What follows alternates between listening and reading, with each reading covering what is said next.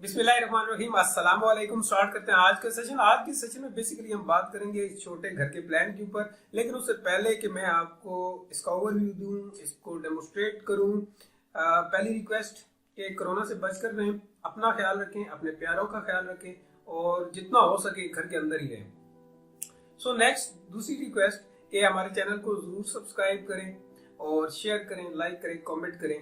और अगर आप ऑनलाइन प्लानिंग करवाना चाहते हैं, इंटीरियर का काम करवाना चाहते हैं और लाइक आप 3D का काम करवाना चाहते हैं या आप स्ट्रक्चरल डिजाइनिंग वगैरह करवाना चाहते हैं तो स्क्रीन पर दिए गए नंबर पर रब्ता करें। इंशाल्लाह आपको अच्छे रेट्स के अंदर काम करके दिया जाएगा। So let's start. इस घर के ऊपर हम बात करते हैं कि इस घर में क्या क्या है। सबसे पहले तो मैं आपके साथ इसकी जो डायमेंशन है वो शेयर करता हूँ। फ्रंट बैक इसका 30 है और यहाँ से ये 42 है। ठीक है व्यूअर, अगर आपके घर का साइज लाइक 35-45 है तो भी ये एडजस्ट हो सकता है। ठीक है और अगर आपके घर का साइज 40x40 है तो भी ये चीजें एडजस्ट हो सकती हैं।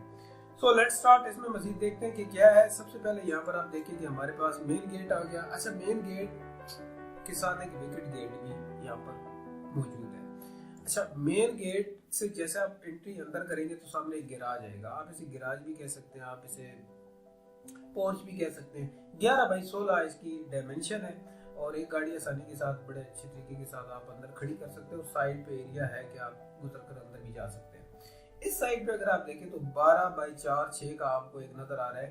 ये बेसिकली एक छोटा सा लॉन बनाया गया यहाँ पर और यहाँ पर आपको थोड़े से परगोलास नजर आ रहे हैं।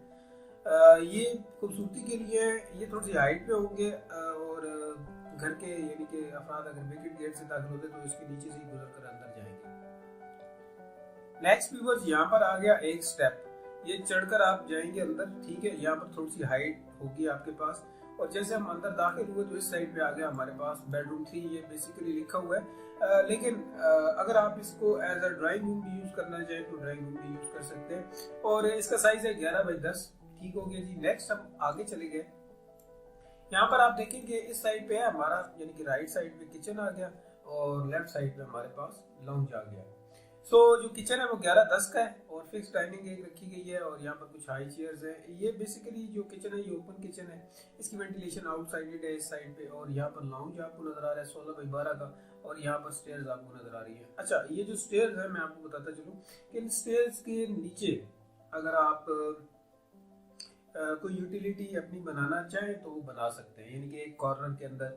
ठीक है, या वुडन आप कुछ करवाना चाह रहे हैं, डेकोरेट करवाना चाह रहे हैं तो वो भी करवा सकते हैं। बेसिकली इस साइड पे वेंटिलेशन भी है आपकी। ठीक है, सो नेक्स्ट यहाँ पर हम आगे चलते हैं। यहाँ पर एक लॉबी है आपको नजर आ रही होगी, 4-6x4-6 की ये लॉबी है और यहाँ पर आप देख सकते हैं कि पिंक कलर में आपको ये लाइन नजर आ रही है। ये बेसिकली कटेड लाइंस है और इसमें आर्स बनेगी आपकी खूबसूरती के लिए। उसके अंदर आप एक कर्टन भी अच्छा खूबसूरत सा लगवा सकते हैं और इस पूरे यानी कि बेडरूम्स और कॉमन बाथ को आप आइसोलेट भी कर सकते हैं यानी कि प्राइवेसी मैटर्स के लिए।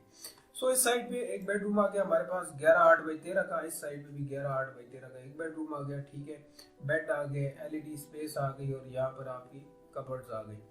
नेक्स्ट आप देखेंगे यहाँ पर कॉमन बात है 4-6x9 का और अब मैं आपको बता देता हूँ टोटल जी इसके अंदर, इस घर के अंदर 3 रूम्स है, एक कॉमन बात है, एक लाउंज है और एक किचन है, ओपन किचन, और एक पोर्च या गैराज आप कह लें वो है। सो आई होप कि ये प्लानिंग आपको अच्छी लगी होगी। मिलते हैं नेक्स्ट सेशन में नई वीडियो के साथ, नए प्लान के साथ। तब तक अपना ख्याल रखिएगा, दुआ में याद रखिएगा।